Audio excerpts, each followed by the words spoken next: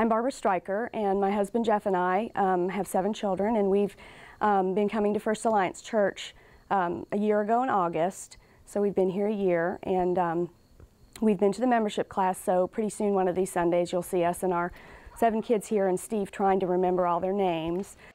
In 2004, I was diagnosed with vertigo, which basically means that it's a sensation that you or your surroundings are spinning. And so I had it for just a little bit in 2004, it went away. This past July though, I woke up in the morning and it was one of the worst cases I'd ever had of it. It felt as though the entire house had been transported to the ocean, and it was a storm. You can't walk, you can't drive, and you can imagine the chaos that causes in a family of 7. Pretty much the whole summer I dealt with it. Milder at some times, worse other times.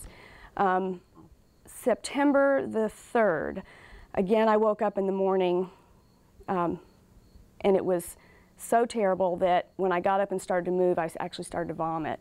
I sent out an email again to my prayer support to pray, and one of my good friends that lives near us in Wilmore, they're missionaries, called and asked if they could bring a group out to pray. In the meantime, I'd also made an appointment to go back to the doctor on Friday. They came on Thursday morning and they prayed with me for an hour, and they left. In the afternoon, it seemed like the vertigo got worse. And then I was speaking on the phone that afternoon with my college roommate. She called to see how I was doing. And so I chatted with her for a while, and then I said to her jokingly, you know, I'm not looking forward to this appointment tomorrow because they're going to put me through some things that may make it better in the long term, but initially it makes you feel really worse and, you know, induces vomiting and everything again. I said, I'm not looking forward to that, and I would really be okay if God would just heal me overnight. That would be great. So I think sometimes that we believe in the probable instead of the impossible, and I woke up Friday morning and the vertigo was completely gone. I had absolutely no symptoms whatsoever. My mother came to get me. I kept the appointment with the doctor and went in, and they did everything to me. They couldn't induce the vertigo at all. So now it's been a full month since I've had any symptoms at all. The following Sunday, when I came to church, was Communion Sunday, like it is, like we have the first Sunday of every month, and there's always people down front to pray. And it occurred to me that sometimes a healing can be for now, and I really want this to be permanent healing. So I thought, well, I'm going to go down there and have them, you know, pray for me for permanent healing.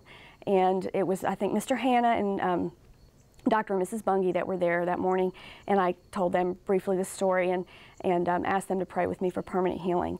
And so they prayed with me.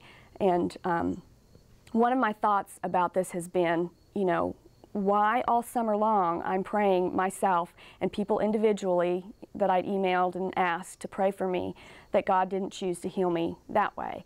And I think sometimes that God wants to spread the blessing. And so, you know, when 6 people came and then 3 more people prayed Sunday morning, that's 9 people that have a direct hand and can be directly blessed by the fact that they're part of my healing. And they can tell the story to other people too. So I think it's important that you humble yourself, and if you have a need for healing, and come down and let people pray for you. That Friday morning when I woke up and it was gone, I immediately emailed those group that had been here, those 6 people, and I just one word, and it was healed, you know.